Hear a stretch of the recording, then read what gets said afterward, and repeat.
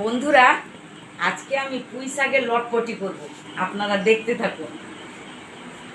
তো পুঁই শাকের যে লটপটি করব, আমি এই সবজিগুলো কেটে ধুয়ে নিয়ে চলে এসেছি। কী কী নিয়েছি: বেগুন নিয়েছি, কুঁদলি নিয়েছি, আলু নিয়েছি, বেগুন নিয়েছি এবং পুঁই ডাঁটা এবং পুঁই শাকও নিয়েছি।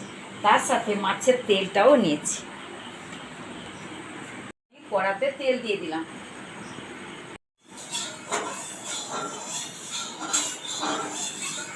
দিয়ে দিলাম পেঁয়াজ।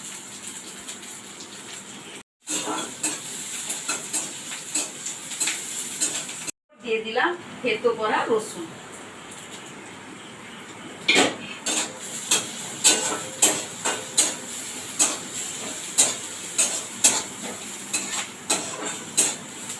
পাঁচ ফোড়ন।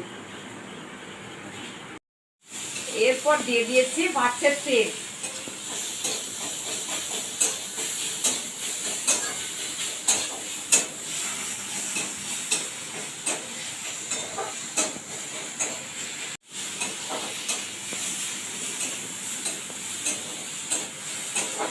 এই সবজিগুলো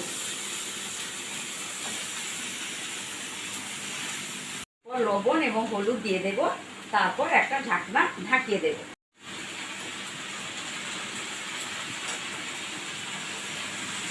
দিয়েছি, তারপর একটা ঢাকনা দিয়ে দিলাম। কেন বলুন তো? তাড়াতাড়ি সেদ্ধ হবে বলে।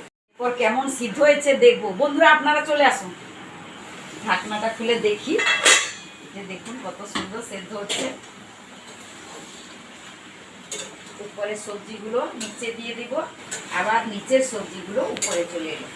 দিলে সেদ্ধটা ভালোভাবে হবে।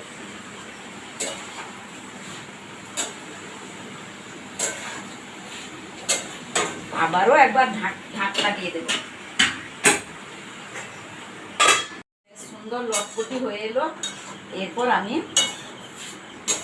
লঙ্কা গুঁড়া দেব এবং বাদাম দেব।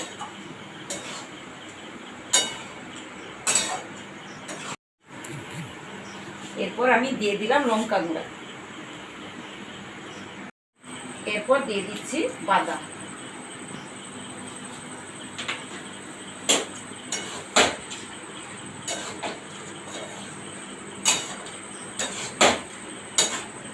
না, আমার মা কাকিমা রান্না করতেন, খুব ভালো লাগতো খেতে।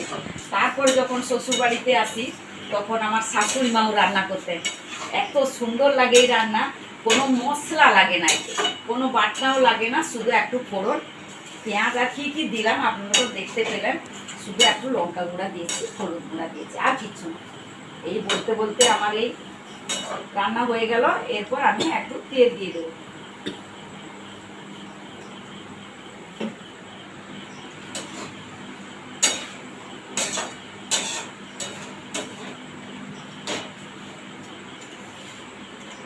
লটপটি কত সুন্দর লাগছে। এরপর আমি কাঁচা লঙ্কা দুটা দিয়ে দেব।